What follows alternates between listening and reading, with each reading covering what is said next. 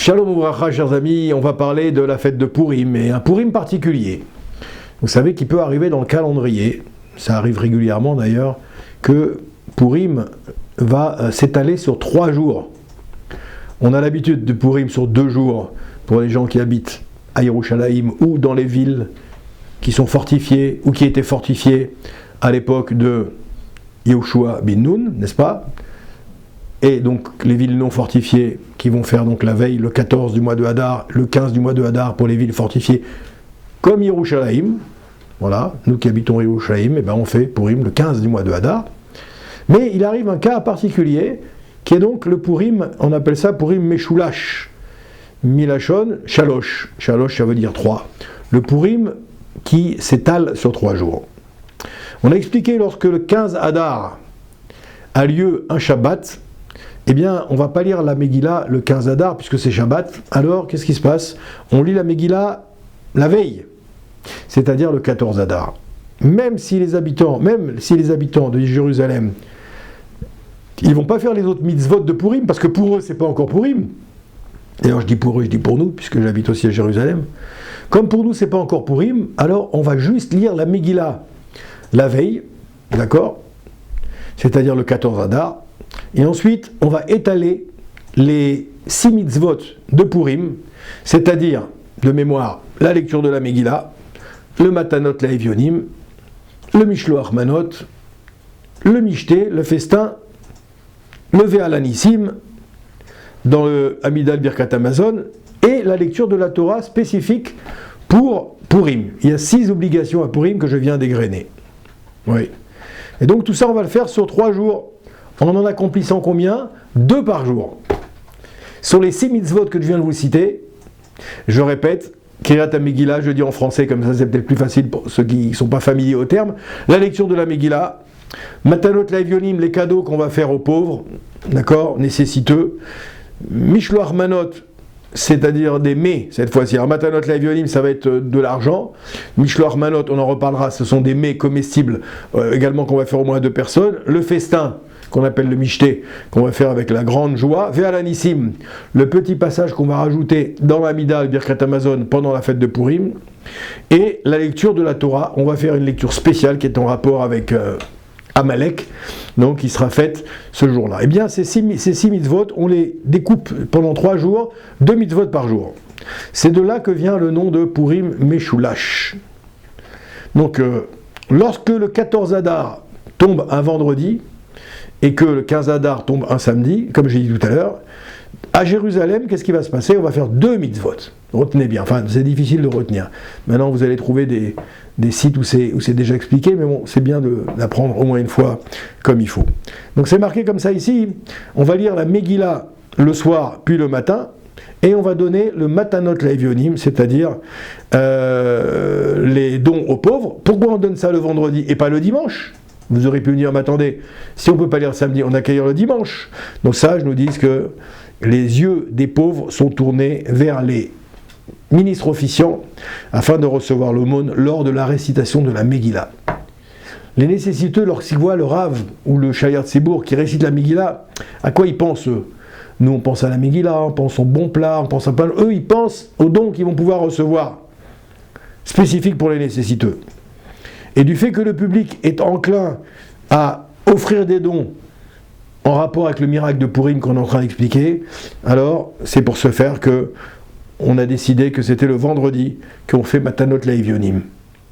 D'accord? C'est le même jour qu'on va lire la Megillah. À Jérusalem, on ne dit pas Ve'alanissim le vendredi, le petit texte spécifique à Purim, puisque c'est pas encore Purim à Jérusalem. Ça ne le sera que le lendemain, le 15. Oui. Et donc, si on s'est trompé et qu'on a dit Alanissim dans la prière et dans le Birkat Hamazon, on ne se reprend pas. C'est pas grave. C'est pas grave. D'accord? On nous dit que c'est bien de faire un repas convenable le vendredi pour ceux qui habitent à Jérusalem, bien que c'est pas encore Purim. Mais comme on a quand même ce Purim Meshulash et ces mitzvot qui s'égrènent sur 3 journées, alors on dit que c'est bien de faire un repas convenable pour le Purim du reste du monde. Purim du reste du monde. D'accord? Il est permis aux habitants de Jérusalem de travailler le vendredi, ce vendredi-là, c'est-à-dire le 14 Hadar, puisque ce n'est pas encore Purim, parce que toute la problématique est de ne pas effectuer de tâches au moment spécifique de Purim.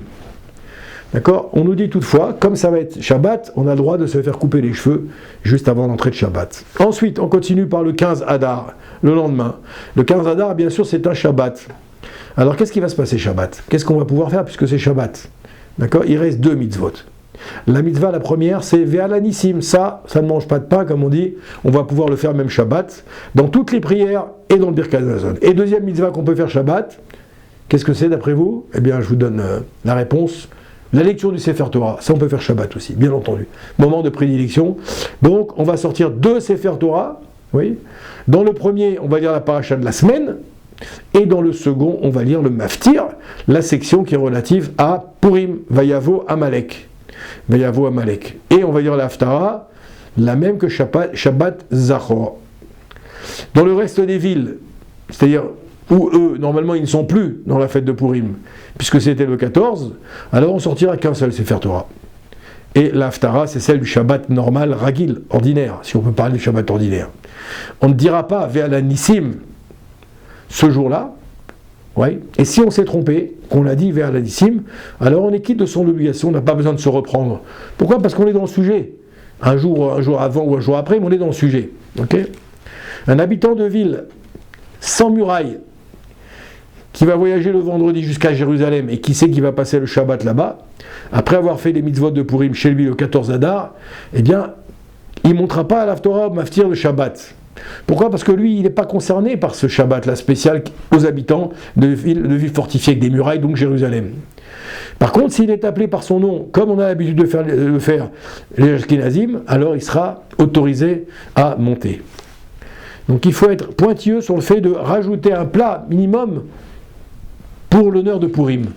Tu rajoutes un plat, petit, moyen, grand, comme tu veux, mais tu rajoutes un plat.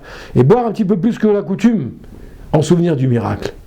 Il est bon aussi d'envoyer un mets à son prochain. Bien sûr, il faut vérifier d'abord qu'il y ait bien un hérouve, pour pouvoir porter d'un quartier à l'autre, et d'une rue à l'autre, pour partir d'un immeuble à l'autre immeuble. Il faut vérifier s'il a un hérouve comme il faut, c'est-à-dire la zone délimitée dans laquelle il est permis de porter, durant le Shabbat, les affaires. On termine, on nous dit ici qu'à Jérusalem, le Shabbat, il faut interroger l'auditoire sur Purim et renforcer l'assemblée dans l'aïmouna et dans le bitachon, la confiance en Dieu. Le but étant que chacun arrive à distinguer la siyata d'Ishmaya, la providence divine, oui, dans chaque chose cachée. Voilà, c'est pour ça qu'à Purim, il y a beaucoup de choses qui vont être cachées, c'est le symbole un petit peu. C'est que dans le caché, tu vas dévoiler les grandes choses comme ça.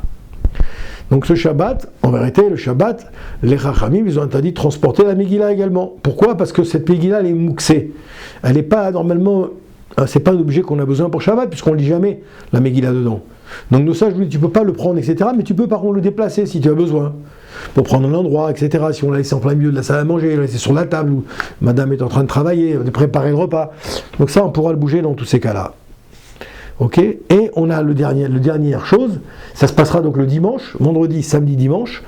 Qu'est-ce qu'il y aura comme mitzvah? Il reste 2 mitzvot, Mishloach Manot et le Mishté. Mishté, c'est une mitzvah de la Torah. Mishté, c'est Udat Mitzvah.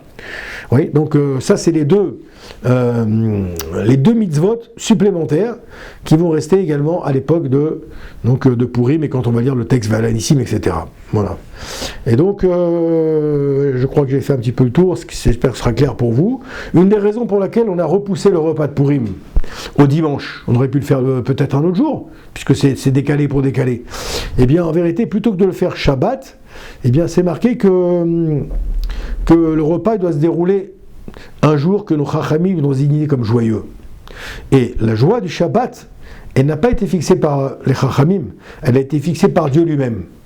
Vous savez ça, bien sûr. Le Shabbat, c'est une des ordonnances divines.